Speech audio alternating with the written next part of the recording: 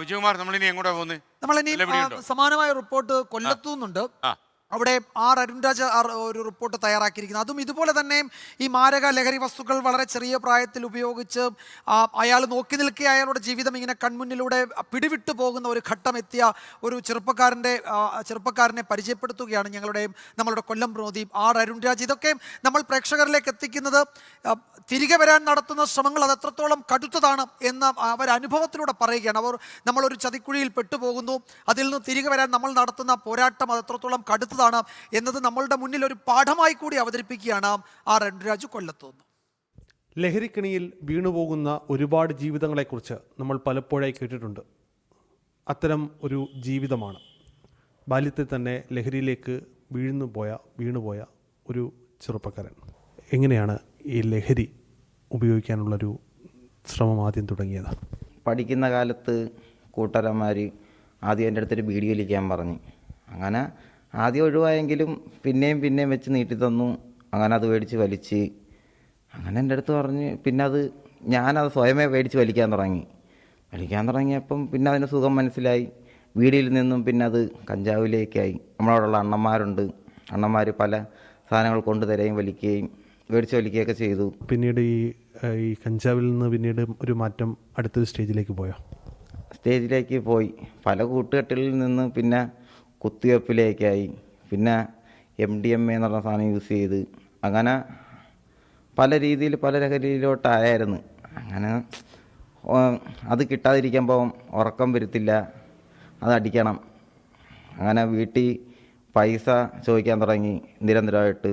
പൈസ തരാതിരിക്കുമ്പം അത് മോട്ടിക്കാൻ തുടങ്ങി. അങ്ങനെ വീട്ടുകാർ വെറുപ്പായി. അങ്ങനെ ഈ ലഹരി ഉപയോഗിക്കുന്ന ഓരോ ഘട്ടത്തിലും ഇങ്ങനെ മാറ്റം ഉണ്ടായിക്കൊണ്ടിരിക്കുകയാണ്.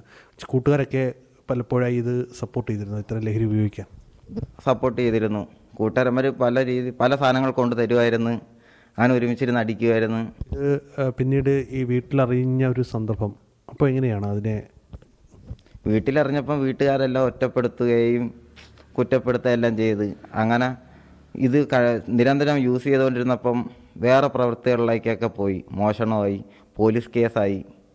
അങ്ങനെ സാറുമാരൊക്കെ വീട്ടിൽ വന്ന് പിടിച്ചുകൊണ്ട് പോയി, ജയിലിലായിരുന്നു. അങ്ങനെ എൻ്റെ അമ്മ ഒരുപാട് കഷ്ടപ്പെട്ട് അമ്മ കരയൊക്കെ ചെയ്തു.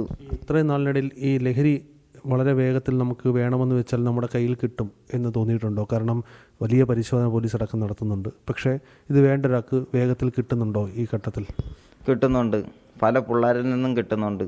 അത് പല രീതി പുറത്ത് പോകുമ്പം വെളി സ്ഥലത്ത് പോകുമ്പം അവിടെ കിട്ടുന്നുണ്ട്, ഇവിടെ തന്നെ കിട്ടുന്നുണ്ട് പിള്ളേരിൽ നിന്നും. വിലയൊക്കെ ഇത്രയും വലിയ തുകയാണ്, പക്ഷേ ഇതൊക്കെ കൊടുത്ത ആൾക്കാർ വാങ്ങി വലിക്കുന്നുണ്ട്, അടിക്കുന്നുമുണ്ട്.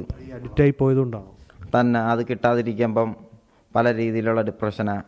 ചെറുപ്പക്കാരി കുട്ടികളൊക്കെ ഇത് ഉപയോഗിക്കുന്നു, അവരോടൊക്കെ എന്താ പറയാനുള്ളത്? കാരണം ഒരു തലമുറ തന്നെ ഇതിലേക്ക് മാറിക്കൊണ്ടിരിക്കുന്ന കാലഘട്ടമാണ്. ഇത് ഉപയോഗിച്ച് ഇതിൻ്റെ ഒരു വലിയ ദൂഷ്യം ജീവിതത്തിൽ ഉണ്ടായ ഒരാളെന്ന നിലയിൽ എന്താ പറയാനുള്ളത്? എൻ്റെ കുഞ്ഞനിയന്മാരെന്ന രീതിയിൽ എനിക്ക് പറയാനുള്ളത്, ഇത് മേടിച്ച് ഉപയോഗിച്ച് കഴിഞ്ഞാൽ പല കൂട്ടുകാരും പല രീതിയിലും കൊണ്ടുതരും. ഇത് മേടിച്ച് ഉപയോഗിച്ച് കഴിഞ്ഞാൽ നമ്മളെ ഭാവി പോവും, നമ്മളെ വീട്ടുകാർ വെറുക്കും, നാട്ടുകാർ വെറുക്കും, പോലീസ് കേസാവും, പല രീതിയിലുള്ള പ്രശ്നങ്ങൾ വരും, ഉറങ്ങാൻ പറ്റൂല, അങ്ങനത്തെ കുറേ പ്രശ്നങ്ങൾ വന്ന് ജീവിതവേ നമ്മളെ മാറ്റിമറിക്കും. അതുകൊണ്ട് പൊന്നനിയന്മാർ ഇതൊന്നും ഉപയോഗിക്കാതിരിക്കുക. ലഹരി ജീവിതത്തിൽ ഉപയോഗിച്ച് ജീവിതം കൈവിട്ടുപോയ ഒരു ചെറുപ്പക്കാരൻ്റെ വാക്കുകളാണിത്. ഇന്ന് ആ ജീവിതം തിരിച്ചു പിടിക്കാനുള്ള കഠിന പ്രയത്നത്തിലാണ് ചെറുപ്പക്കാരൻ. ലഹരിക്കെതിരെയുള്ള ഈ പോരാട്ട സമയത്ത് ഈ ചെറുപ്പക്കാരൻ്റെ വാക്കുകൾ നിങ്ങൾ ഓരോരുത്തരും നന്നായി കേൾക്കേണ്ടതാണ്. കൊല്ലത്തുനിന്ന് അരുൺരാജ്, 24.